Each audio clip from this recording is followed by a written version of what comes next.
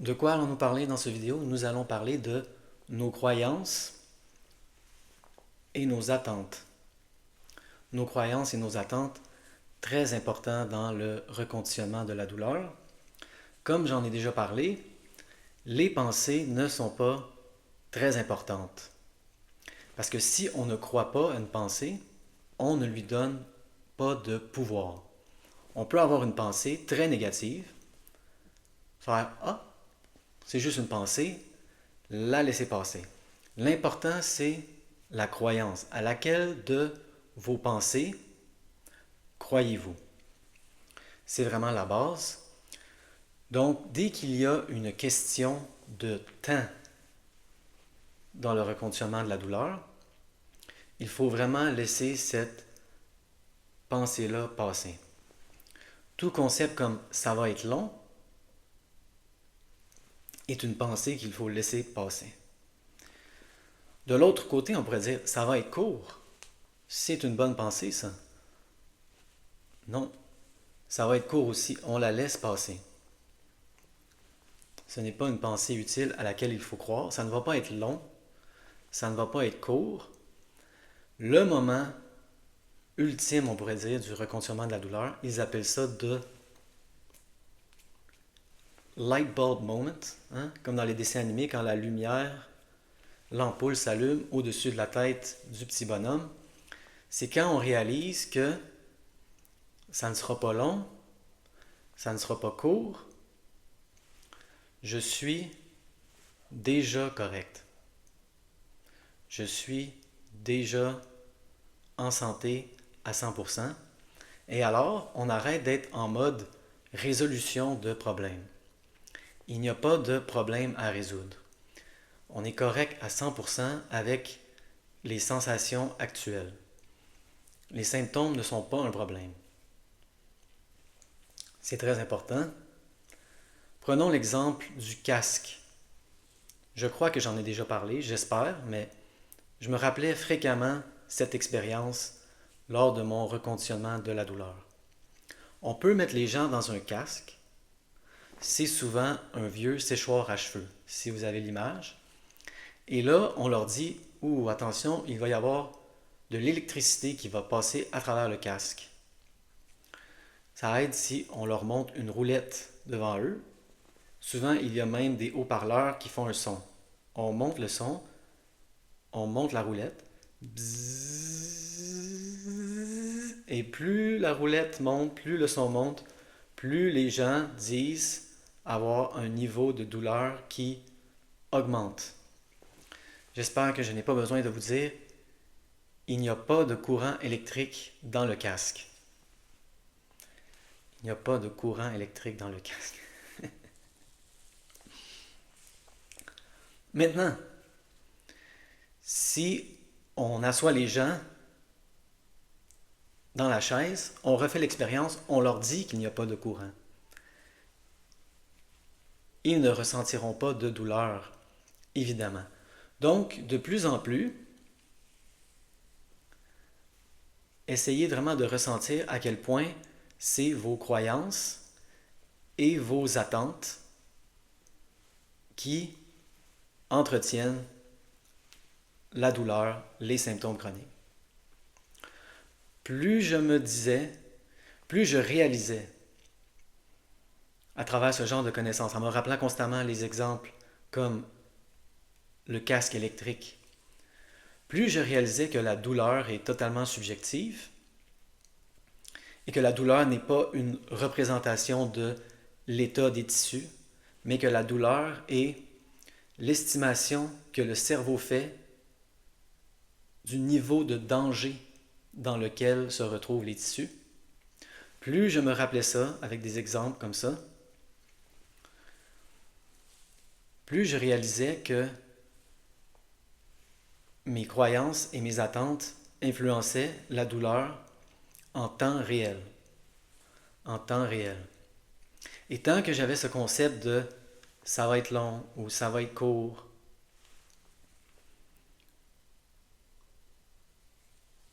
j'avais une croyance,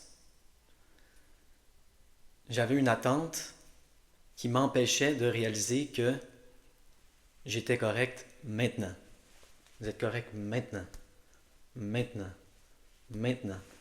C'est vraiment quand j'ai commencé à réaliser ça de plus en plus que les sensations ont complètement perdu leur mordant. Si vous avez peur des sensations,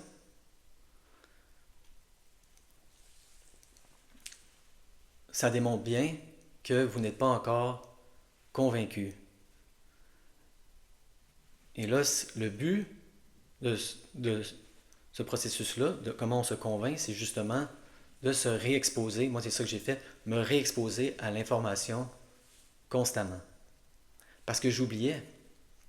Je recommençais à avoir peur des symptômes.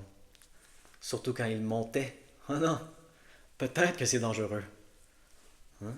Les symptômes. Ah, je sais que c'est pas dangereux, je sais que c'est pas dangereux. Ah, peut-être que c'est dangereux. Peut-être que c'est dangereux. On commence à douter. Surtout quand ils montent. Surtout quand ils restent longtemps.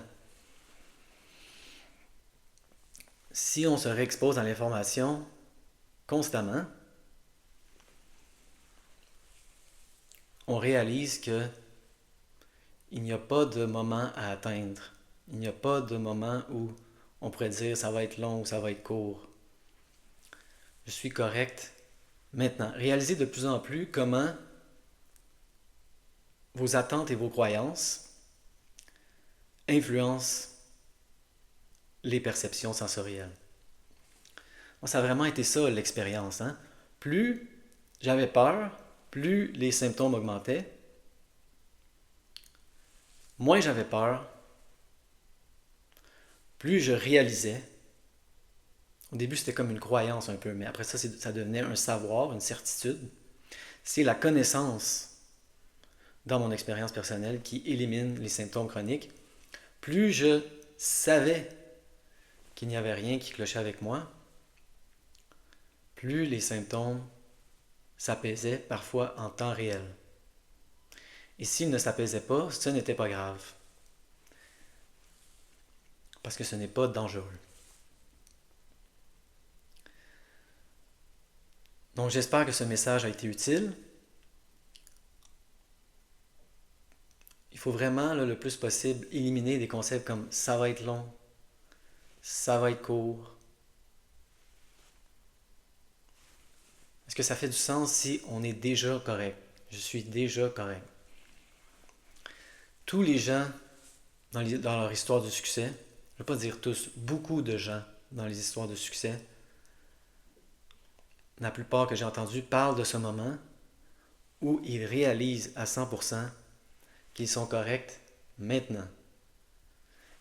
Et ils sortent complètement du mode résolution de problèmes. Il n'y a plus de problèmes à résoudre. On n'a plus besoin de mettre notre sort dans les mains de quelqu'un d'autre, un spécialiste qui va nous aider. Si seulement je peux trouver le bon rhumatologue, si seulement je peux trouver la bonne clinique de douleur, si seulement je peux trouver le bon psychothérapeute. Moi, je fais de la psychothérapie, mais pas pour guérir.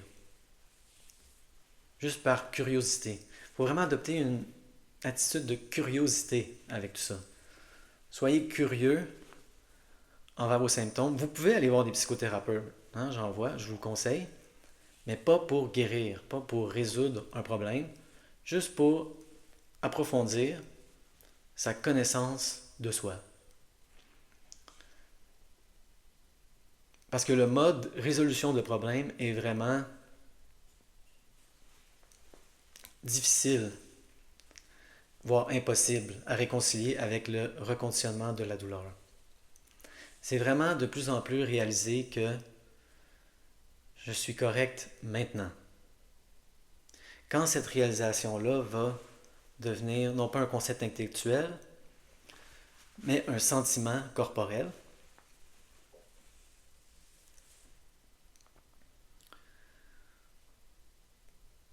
je ne sais même pas quoi dire. Vous allez être sur la voie de l'élimination? Non, c'est ça. Il n'y aura plus de concept qu'on remet à plus tard. on se réconcilie avec nous-mêmes, il n'y a plus de relation antagoniste, on réalise de plus en plus l'unité que nous sommes, sans qu'il y ait de démons internes, de rebelles internes, de sensations antagonistes qui nous attaquent. On accepte nos sensations comme une partie de nous-mêmes qu'il faut ressentir en ce moment et qu'il n'y a rien qui cloche avec ces sensations. Non seulement, et ça aussi c'est, je pourrais dire, la deuxième ampoule électrique qui s'est allumée pour moi, non seulement je suis correct maintenant, non seulement ces sensations-là sont correctes, mais ce sont des choses que j'ai besoin de ressentir.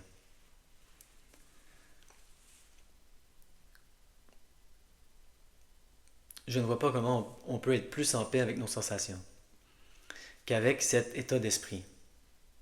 C'est pas que j'accepte mes sensations comme étant correctes, acceptables. C'est des choses que j'ai besoin de ressentir.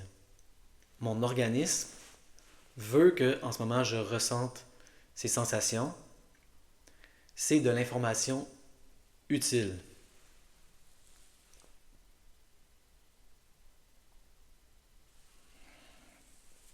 J'espère que cette vidéo a été utile.